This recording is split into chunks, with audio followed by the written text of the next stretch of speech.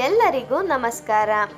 ಇಂದು ನಾವು ನಿಮಗೆ ಲವಂಗ ಹಾಗೂ ನಿಂಬೆಹಣ್ಣಿನ ಸಹಾಯದಿಂದ ಮಾಡುವಂತಹ ವಶೀಕರಣ ತಂತ್ರವನ್ನು ಹೇಳಿಕೊಡುತ್ತಿದ್ದೇವೆ. ಇದೊಂದು ಬಹಳ ಶಕ್ತಿಶಾಲಿ ಪವರ್ಫುಲ್ ವಶೀಕರಣ ತಂತ್ರವಾಗಿದೆ.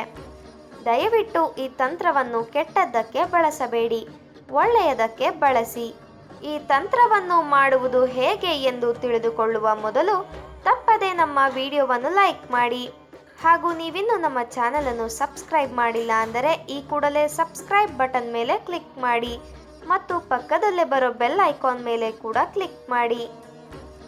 ಈ ತಂತ್ರವನ್ನು ನೀವು ಯಾವ ದಿನದಲ್ಲಿ ಬೇಕಾದರೂ ಮಾಡಬಹುದು ಹಾಗೂ ಯಾವ ಸಮಯದಲ್ಲಿ ಬೇಕಾದರೂ ಮಾಡಬಹುದು ವೀಕ್ಷಕರೇ. ಮೊದಲಿಗೆ ನಿಂಬೆಹಣ್ಣನ್ನು 2 ಭಾಗಗಳಾಗಿ ಕಟ್ ಮಾಡಿಕೊಳ್ಳಬೇಕು. ನಂತರ ಕಟ್ ಮಾಡಿದ ನಿಂಬೆಹಣ್ಣಿನ ಒಳಗಡೆ ಲವಂಗವನ್ನು ನಾವು ತೋರಿಸುವ ರೀತಿಯಲ್ಲಿಯೇ ಚುಚ್ಚಬೇಕು ವೀಕ್ಷಕರೇ.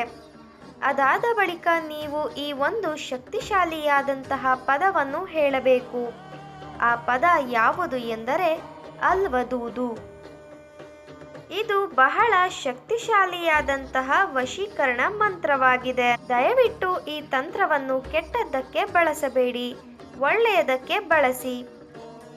ಈ ವಶೀಕರಣ ಪದವನ್ನು ನೀವು 108 ಬಾರಿ ಪಠಿಸಬೇಕು.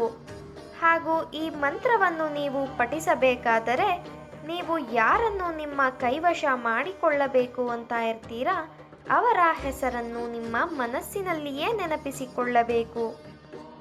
ಹಾಗೂ ಕಟ್ ಮಾಡಿ ಲವಂಗವನ್ನು ಚುಚ್ಚಿದ ನಿಂಬೆಹಣ್ಣನ್ನು 1 ಮಾಡಬೇಕು.